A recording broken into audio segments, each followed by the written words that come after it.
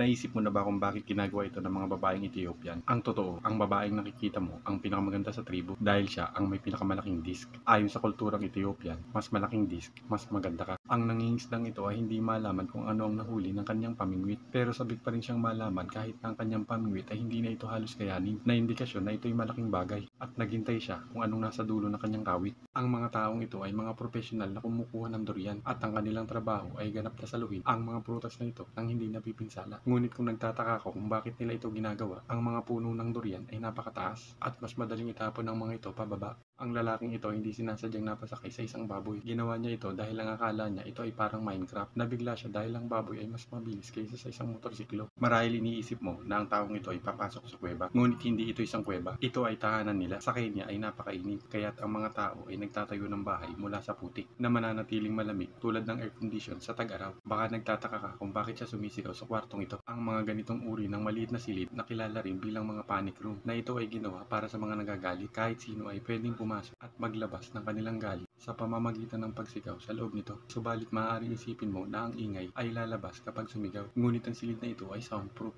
Sa tuwing hinahawakan mo ang bolang ito ay nakapagpapatayo ng buhok. Ngunit bakit nangyayari ang mga bagay na ito? Tiyak na nakakita ka na ng ganitong uri ng mga video kung saan may isang tulad ng bolang metal na sa sandaling hawakan ito ng isang tao ay makikita na kanyang buhok ay tumatayo. Nagkasakit ang rhinong ito, dahilan kung bakit hindi ito makalakad. Kaya tinalian ng mga tao ang apat na paa nito ng lubid at dinala sa ospital sa tulong ng helicopter. Ang kakaibang teknik ng pag-ehersisyong ito kung saan may hawak na dumbbell habang gumagamit ng treadmill ay nagiging perpekto para sa kung ano ang kanyang sinasanay. Bakit nagiging mas sikat ang mga ride-on power trowel na ito kumpara sa lumang itinutulak sa likod ng mga modelo? Ito ay dahil ang pagsakay sa power trowel na ito ay nag-aalok ng higit na kaligtasan sa kanilang trabaho sa pamamagitan ng paggamit ng dalawang set ng spinning blades sa ilalim ng makina upang makinis at tapusin ang bagong ibinuhos na konkreto habang ang operator ay nakaupo sa tuktok ng manabela ng makina na may mga kontrol na nag-aayos din ng anggulo ng blades. Sa Japan, kapag hindi mo sinasadyang mapindot ang maling palapag sa Japanese elevator, maaari mong i-double tap ang button para kansilahin ito. Karamihan sa mga pampublikong lugar sa Japan ay merong mga smart umbrella stations, kaya ang mga tao ay ligtas na ilak ang kanilang payong sa labas nang hindi nababahala na ito'y mawawala. Para maiwasan ang mahabang linya ng pag-checkout, karamihan sa mga supermarket sa Japan ay merong mga smart shopping cart na ito na ini-scan ang iyong mga item habang inilalagay mo ang mga ito, at kapag tapos ka na, maaari kang mag-checkout ng direkta mula sa mismong cart. Maaaring iligtas ng lobo na ito ang iyong buhay sa isang pag-ikot lang. Ang device na ito ay nagpapalaki ng maliwanag na orange balloon na tumataas ng hanggang 45 metro na ginagawa itong madaling makita ng mga rescuer kung ikaw ay stranded sa isang siksikang kagubatan o kabundukan. Ang mga air marker na pinagsama-sama ng mga light at reflective na materyales ay tinitiyak na nakikita ka sa araw o sa gabi.